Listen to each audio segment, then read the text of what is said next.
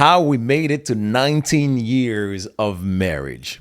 Did you ever wonder, with all the divorces that are happening all around you right now, because almost like every five couple you find, right, there's at least almost two and a half of them have been divorced or are divorced. So within that, with that context in mind, when you hear somebody's been married for 19 years, that is an amazing accomplishment. And when you think about it, in Hollywood years, that's infinity.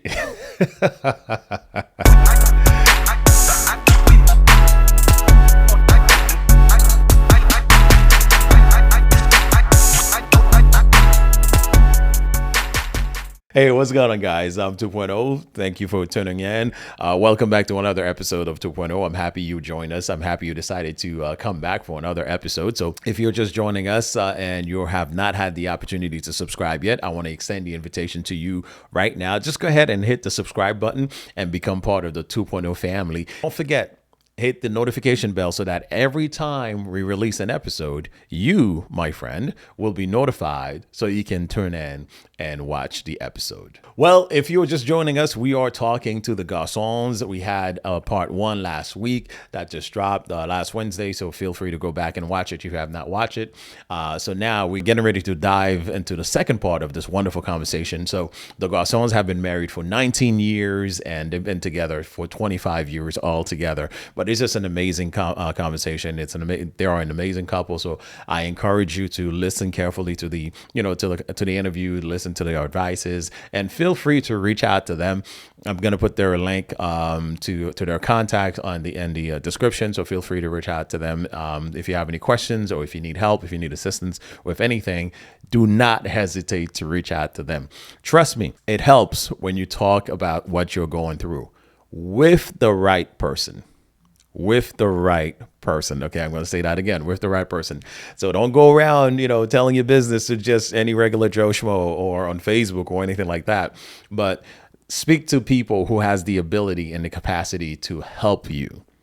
All right. So don't go to Santel. Don't go to listen, you know what I'm saying. All right. So ladies and gentlemen, without further ado, let's go ahead and dive into part two. Mm-hmm. Like what are you doing to make it better? Yeah. And sometimes it's going to hurt. Yeah. Sometimes it's going to feel like something's being taken away from you because maybe you've been raised a certain way.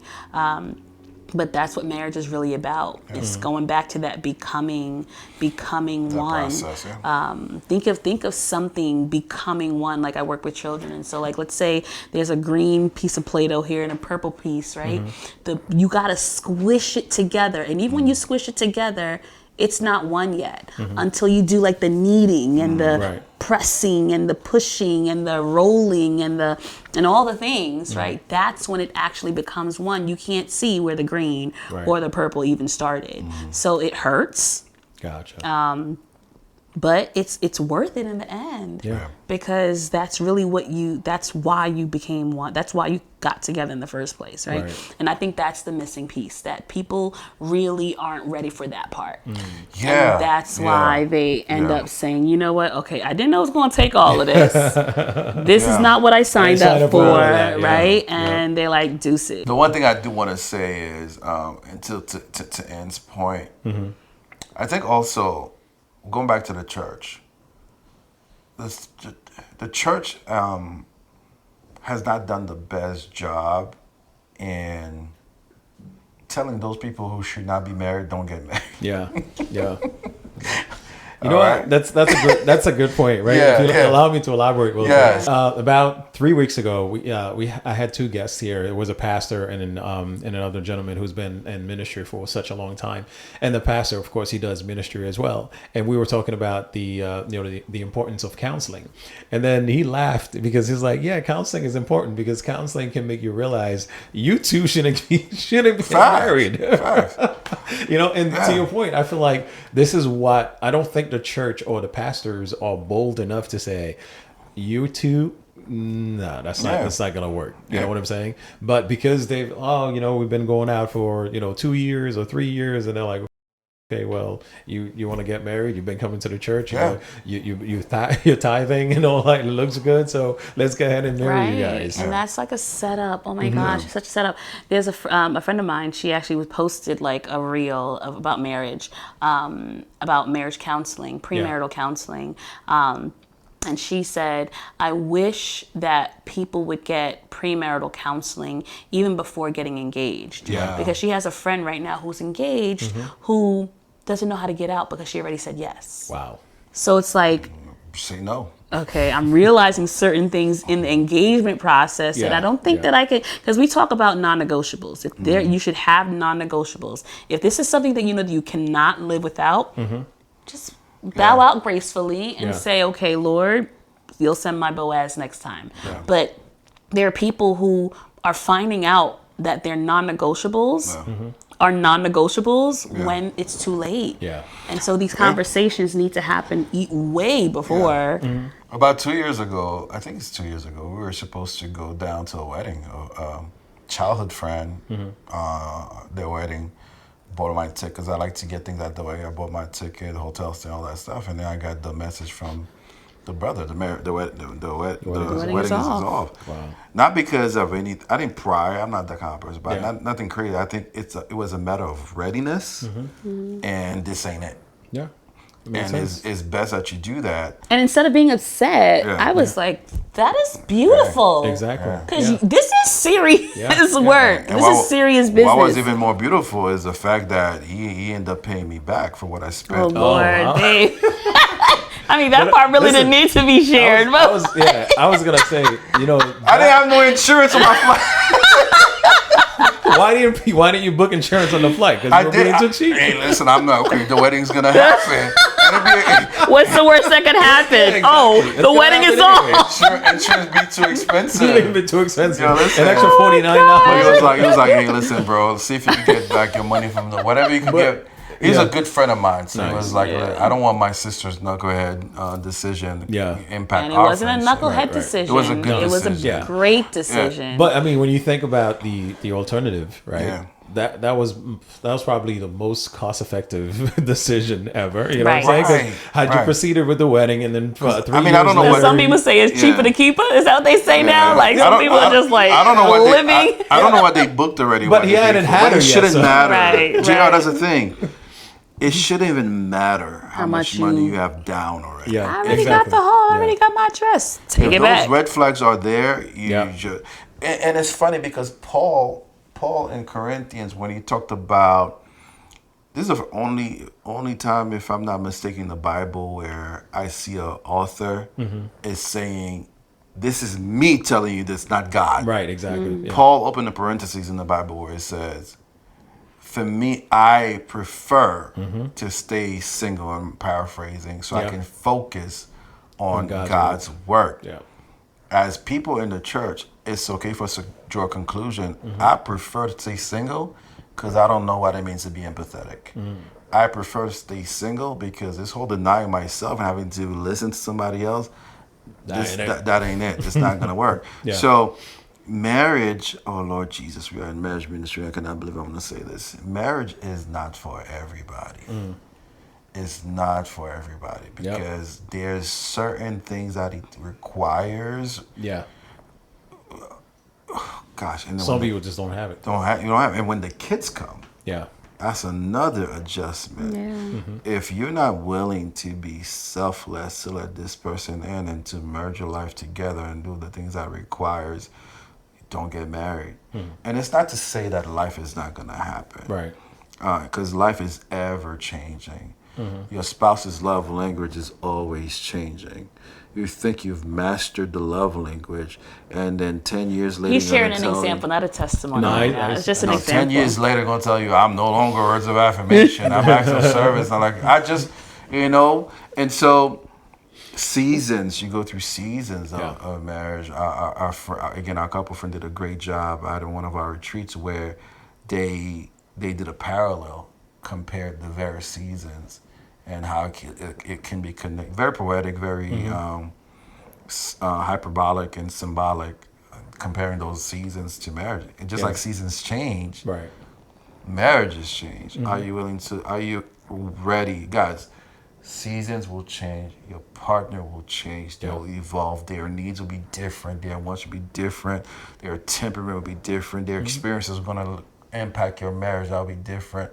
The question is, how willing are you, are able, not willing, how able are you to make the adjustments that come along with those changes? And if you can't, stay single.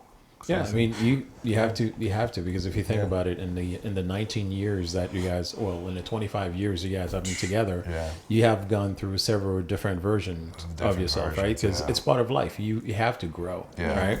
But the key is you have to grow together. Right? Together. You have to learn how to deal with the new growth that you've discovered, or the new growth process that each one of you are going through, and that's the key. So let's take it back to the church a little bit. Do you think the church play a role in the downfall of some of the marriages?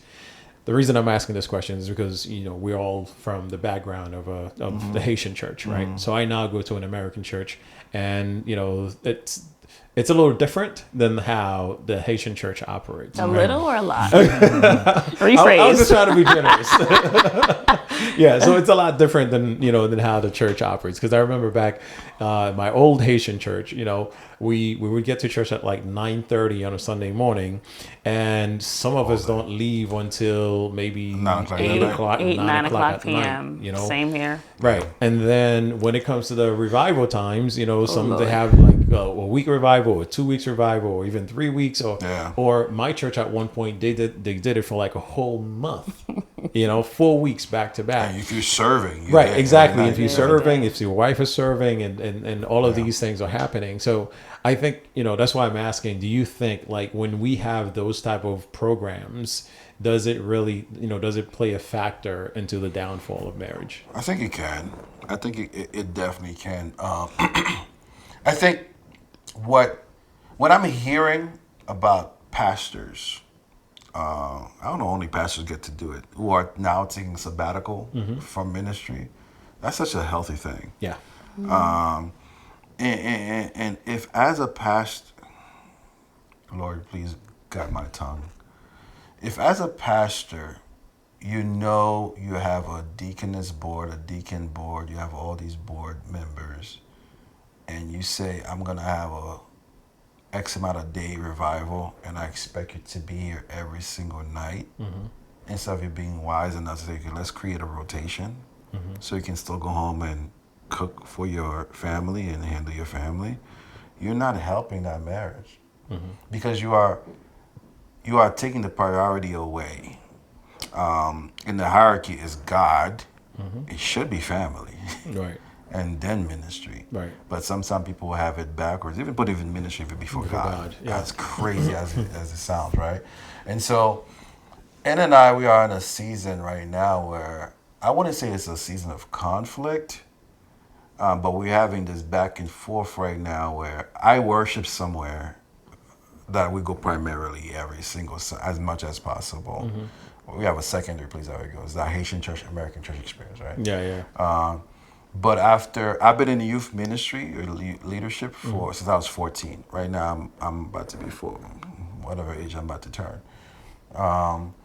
And so post-COVID, now we're getting back to the church. Church is open. We're outside again. Right.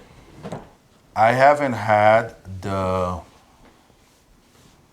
desire, for lack of better terms, to do the whole mum de l'église, put my hand on the Bible and say I'm a member here. Because I know I'm very dedicated to where I am, and I know what that comes along with. Right. Right now we are in a season where whether she want to say it or not, if she want to be honest, we're in a season right now where we say, you know what, today as a family, it was a stressful, busy weekend. We are going to take the opportunity to watch service online and rest. Right. This weekend, let's get away either as a family or just me and you to reconnect. Right. But sometimes churches, especially those who are in service, their marriage could be crumbling. First of all, the church pastor probably don't even know that. But the pastor also has an expectation, I need you here. Right.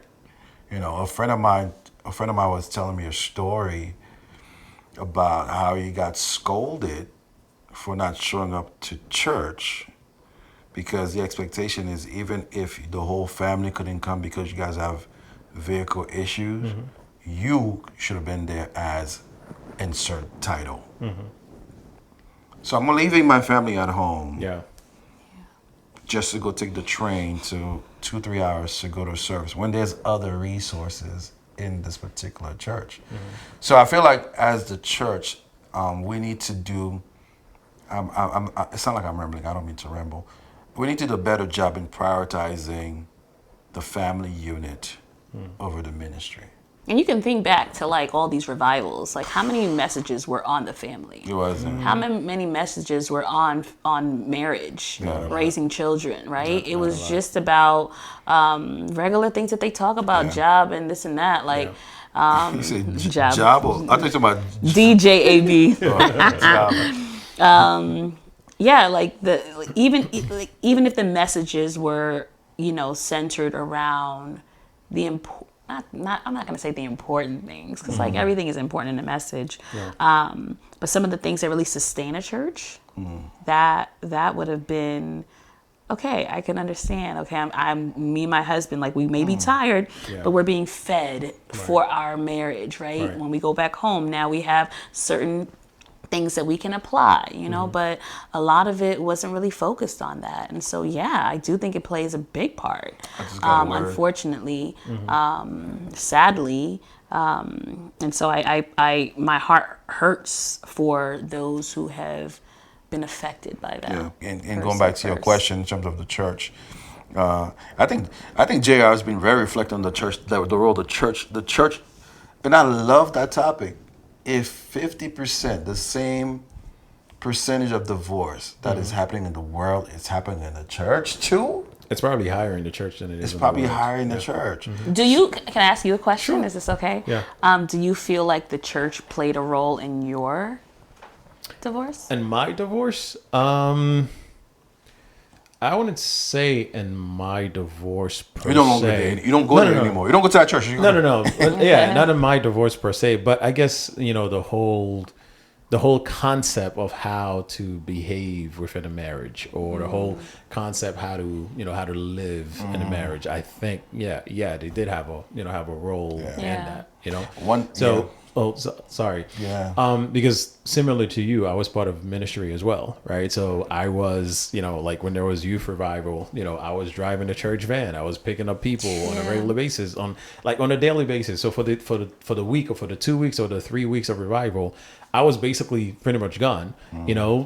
Luckily she was there as well, so we were doing it together. But at the same time, we were both fatigued, we were both tired. So it's like it's not the same. Yeah, and then you had Saturdays, and then you had full day on Sunday, and so on and so forth. So you had all of this happening, and then almost like if you were to take a day off, right, to rest or go on a little vacation or something like that, then you start feeling guilty because you weren't there. Or they make you feel guilty. Right, exactly. Yeah. So that's why I'm thinking about all these things and how we were raised in the church and the things that we were taught, right? It's like, did they do us a disservice in the way that they taught us, or the things that they made us feel that we had to do or we had to live by, right? Because like you said, sometimes we are so caught up in the spirituality of it, but then we forget ourselves as a person. The practical side. So I can't recall in the 19 years married, 25 years together, where any of my pastors, my father-in-law included, because my wife is a PK, we serve out there. And I say, how are you guys doing as a couple? Right? In light of the work that you guys are doing in the church, how are you guys doing? Are you okay? Yeah. And again, it's not to bash. I don't think it's a natural thing. Even something like that takes intentionality. Right, exactly. As a leader, you have to be intentional. Okay, how's my fidel doing? Shout out to pastors and places of worship and churches that are doing that. Who are doing that. I think there are some that are doing that. There's also a matter of resources. So I think to what Inwa was saying in terms of grace, we have to give grace. But now, if you're watching this, if you know better, when you know better, you do better. Ask your ministry leads, do you need a break? Yeah. You know, I think the pastors are doing sabbaticals now, but I don't think it's applicable to the members. So you're talking about the importance for pastors to go on sabbatical, right? I love that idea, but I think, you know, one thing we need to clarify, right, so people can understand, going on a sabbatical doesn't mean that something is wrong. You know what I'm saying? Because this is like, I'm speaking for myself, right? Originally, when I hear people go on sabbatical, I'm like, oh, what did they do? What is wrong? Right. You know, It's connected to suction. Right, exactly. Yeah. Forced sabbatical. Right. So it's because back in the days, whenever somebody goes on a sabbatical, it's because something happened in the church or they committed a sin. Right. You know, now they have to go away for a little while. Go away. With no plans on how to bring them back. Right. Exactly.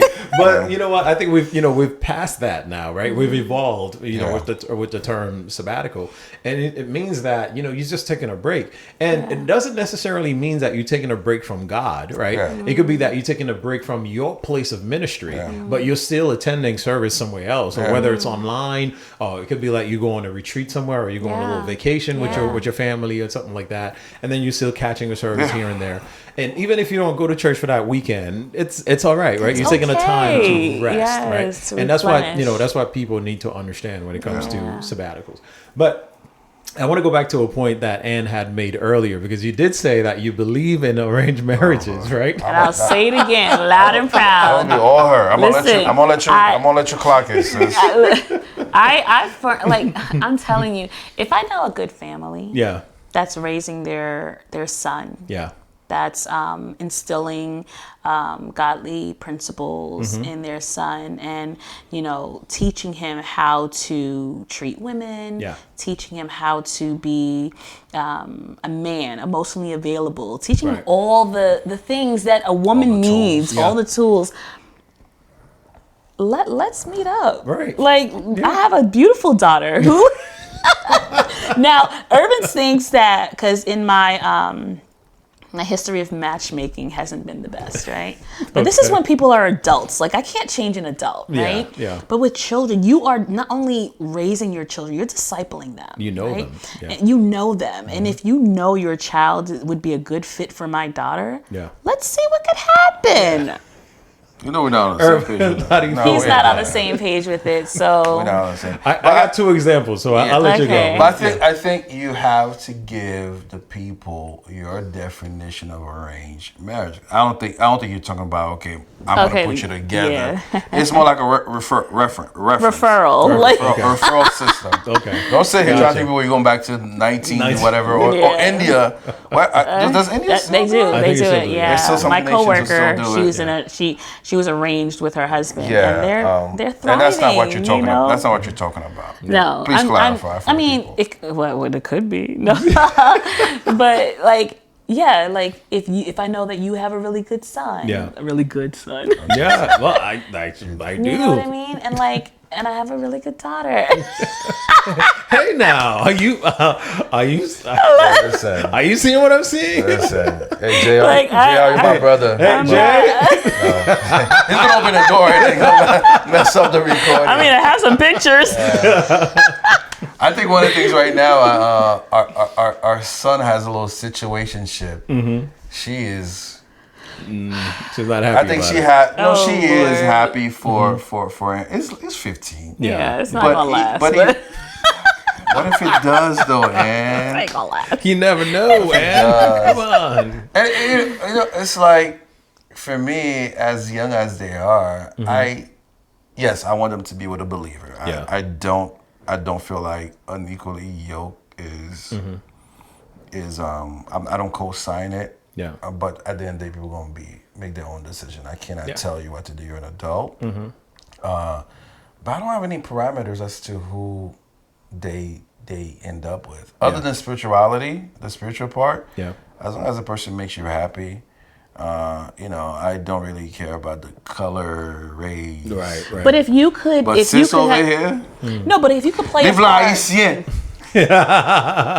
Not necessarily.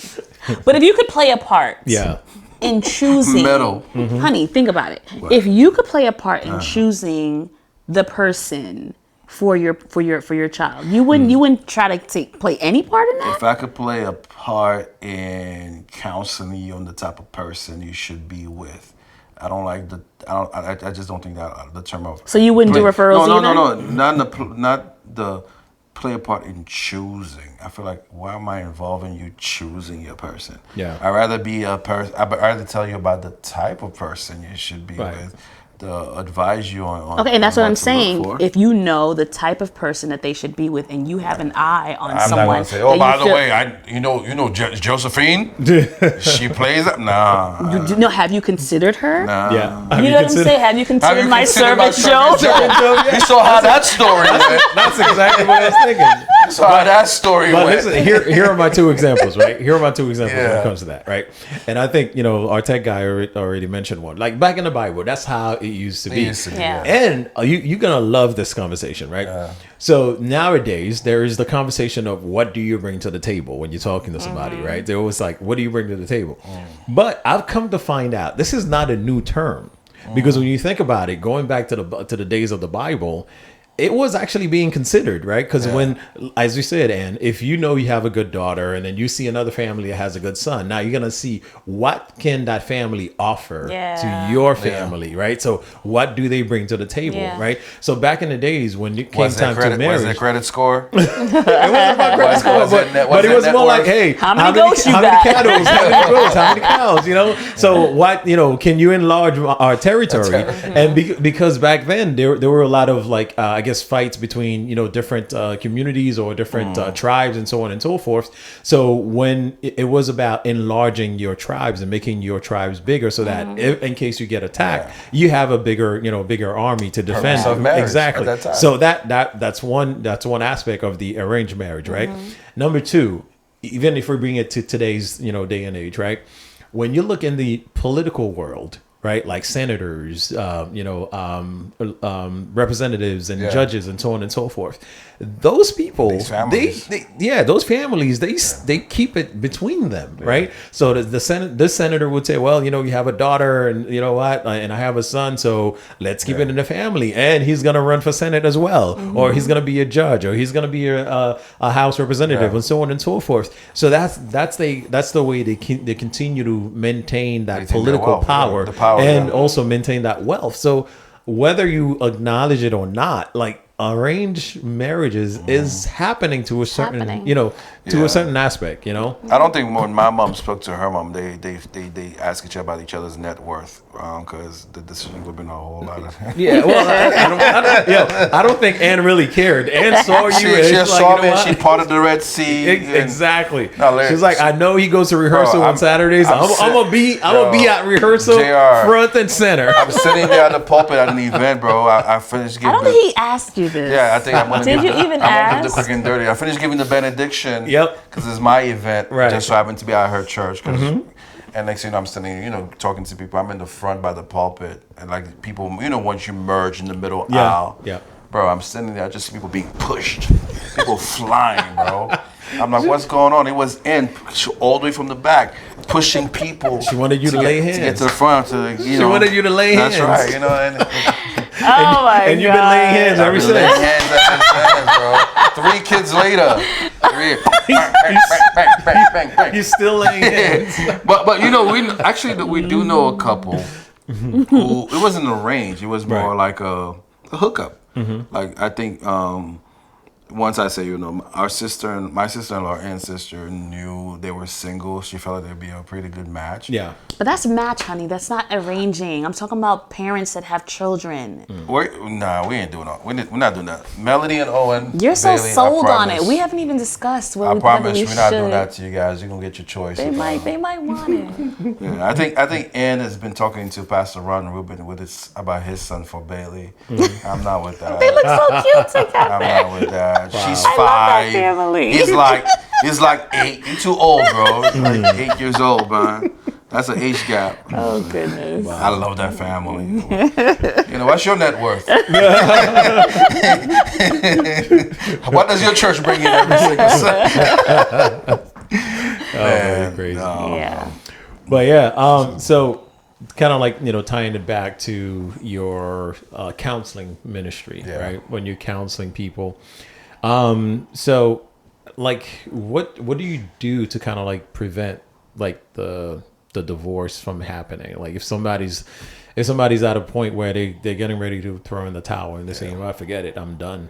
I'm ready to walk away. Like, what is the advice for those people? I think the first question for me personally, and I think we're in agreement with that, are both people willing to work? Mm-hmm. There has to be a willingness to work. And it's very interesting. And this is why I was saying, to kind of go back a little bit, even in the church, pastors, ministry leaders, get a pulse check on your married people. Because once they reach that point of no return, whether it's one partner or the next, it's getting more difficult to bring them back. And I felt so bad as a friend of mine who helped me out a lot. Whenever I need something, I won't say what he helped me with because it'll be too obvious. Whenever I need a particular thing, he's like, yo, I got you, bro. I'm pulling up. And to only find out that his spouse has reached a point of no return in their marriage, right? And I'm like, dang, man, I want to offer you guys our services at no cost because you help me so much whenever I need help with that particular thing. And it's like, yeah, I would love to do it, but I think she just checked out. Right. And so the first thing I want to say, please do not reach the point of checkout before you even seek counseling, because it makes things that much more difficult. So to answer that question specifically, both partners have to be willing to work. Yeah. There has to be a willingness to work on the marriage. We might get lucky where someone has checked out and they're still like, you know what, let me explore this. Yeah. But once that person is gone, like I'm not doing it anymore, it becomes that much harder to do it. The other thing we try to also do with people, is to let them know, and it's not to oversimplify their issue, it's to let them know based on what's being presented, bro, I'm going to say the word that we say we never say anymore, it's not that serious. You have not reached the point where you cannot go back and go back and work on whatever that you need to work on, right? And so if there's a willingness to work, and also there is this helping you to become aware of what's happening and how can we move the needle, that trajectory back to some semblance of what you had before, is baby steps, right? Because right now we want to take it, and this is our slogan that we don't put out a lot. We want to take relationship from surviving to striving to thriving, and then eventually bliss. But each step requires a different level of work, right? I also feel like really asking them, have you exhausted all options? All options, yeah. Like, have you really put your all into fighting for this? Yeah. And then, like, surrounding yourself with others. Because, like, sometimes people are going through things and they feel like they're the only one. Yep. Like, you could be in a church with 10 married couples, and you feel like, because no one's really talking about what they're going through, you may feel like you're the only one that's going through this. And so you're not going to share because you don't want to be embarrassed. Right. You don't want to put your business out. But surrounding yourself with other married couples, right? We just had our gala, and one of the couples came, and she said at the end, she came to me with tears in her eyes. Wow. And I just At the gala, and I couldn't even contain myself that night. She said, both my husband and I came here. We came because we paid, not because we really wanted to come. Wow. Because we were ready to just divorce. Oh, man. But after tonight, you guys gave us hope to try again. Oh. Yeah. Bro. That's... Yeah. That right there, because they were in the room. Yeah. You know what I mean? Like, that sparked something. Yeah. So, like, that right there, like, you don't know what it will do. Okay, book a retreat. Yeah. You may not want to even sit next to each other. Be Flejak and Sejak. Separate. Separate, yeah. Just be in the room. Yeah. Something may happen. Something may spark a memory that caused you guys to fall in love in the first place. Like, exhaust all options before saying I'm done. Yeah. That was beautiful. I mean, that's the whole reason why you do what you do. That's Yeah. it. That's the whole That's reason. it. Even if you save one, Right. that's the We whole have reason. another couple right now. It's so funny. Every time we see her or we ask them for something, like, I think you guys, it's because you guys are still married. How many years later? We're almost 20. Oh, did you? I did, honey. I Okay, did. good. It's No, almost we 20. sorry about that. No, it's We okay. might have to edit it. It just triggered something we were supposed to do for them. No, it's all right. And so it's just those things. Being in the space to be inspired by other people that does go a very long way. Because you are not alone. Yeah. How about that? Yeah. You are not alone. Definitely. Yeah, Definitely. marriages go through phases. You go through phases, and it's okay to It's okay for us to normalize to people that marriage is hard. Right. Yeah. And as you said, they go through seasons, They as go I through said seasons, earlier. Yeah. Yeah. The time that we got married, real quick, the time we got married, it feels like it was a thing to do. Right. Back in 2006, 2007, we were at a wedding every single weekend Wow. because we're all of us was our trending. peers. Yeah. It was trending. It literally our was trending peers were in the just Haitian getting Yeah, all your community. kids, yeah, all your Yeah. friends. You know, a good friend of ours in the church, youth leaders, they got engaged. And the next thing you know, we got engaged. Yep. Oh, yeah? My turn. Yeah, Back I'm gonna to get back, into the next one. literally. It was crazy, but all of us were so wet behind the ears. Yeah, we can count on one hand, like how how many many people are are still still together. together. Wow. You know? And again, it's not because we're any better. Right, right. It's just, I feel like it's different. A lot of factors, compatibility, the work putting in, the not say quit situation. And Sure. don't get me wrong. I'm not saying to stay in something that is toxic and unhealthy because Right. that's a whole other conversation. When do you call it? When do you When call you it quit? Yeah, And exactly. that would be a whole other life because Absolutely. again, I'm in marriage ministry. We are both believers, and we do believe in what the words say. And I don't want to sound like a grace abuser, Right. but I also understand there is grace from God, where if that thing is just that toxic, that unhealthy, we're not talking about. What's the thing that they use in the divorce papers? Irreconcilable Differences, because that means so much from like something very trivial to something very traumatic. Right. So I cannot sit here and be genuine and say, regardless of what it is, stick it through. Stick it I through. am. I'm sorry. I cannot be one of those people Yeah. because the reality is, it could be so toxic and bad for you, Right. bad for her, bad for the children. Right. Everyone involved. Everyone involved. Even I think even it's scriptural to separate for a while, Right. to go your separate places and figure it out, and you have to make a decision. Yeah. And for those who have had to make that decision, you're not damaged goods. You're not damaged goods. Right. You know, it's just lifing, and God is merciful. God is gracious, Amen. and good luck on the journey.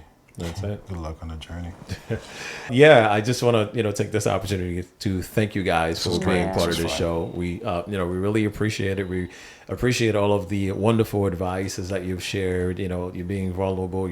You shared some of the stuff that you learned over the course of the 19 years, married and 25 years altogether. So it's awesome, and I'm pretty sure, people who are listening are going to find it impactful. We're going to find it beneficial to them. Yeah.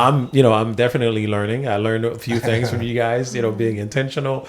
Creating space for the other person to be vulnerable, to be emotionally vulnerable. So that is amazing, and I commend you guys for the work that you're doing in the Haitian community, not just the Haitian community, but in the Christian community, with all the services that you're providing. Irv, you officiating weddings. Now you're trying to creep into my business. You're an MC now. You're trying to MC. And JR, you know what I'll say this about JR even in that space. You don't gatekeep. So we've spoken. Exactly. I don't. You give like, hey, you give advice. So That's beautiful. So yeah.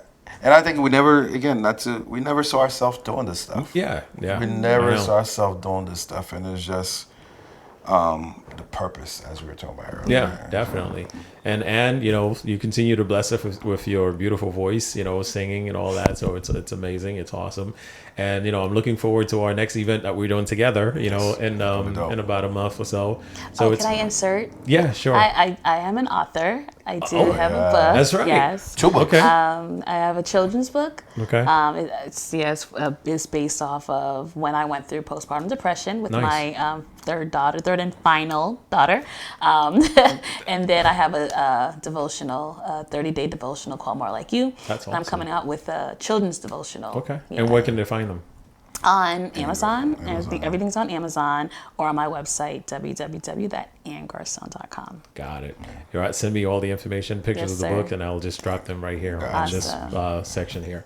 But again, guys, I just want to thank you so much for being part of the show. We appreciate it. Our pleasure. Thank Our you. pleasure. Thank you so much Looking for forward having for us. October. That celebration gonna be dope. Yes, Absolutely. yes, yes. Absolutely. Thank you. Well, guys, this is it. We've come to the conclusion of our episode here. I just want to thank you for sticking with us. I hope you found it as beneficial as I did, and I hope that you were able to learn something. And do me a favor, just feel free to send a link to anybody that you think is going to find it beneficial. And if they need help or if they need additional resources, feel free to reach out to us or reach out to Irv, and they'll be more than happy to set up something with you, whether it's private or just help you out, or just whether it's a basic conversation or so on and so forth.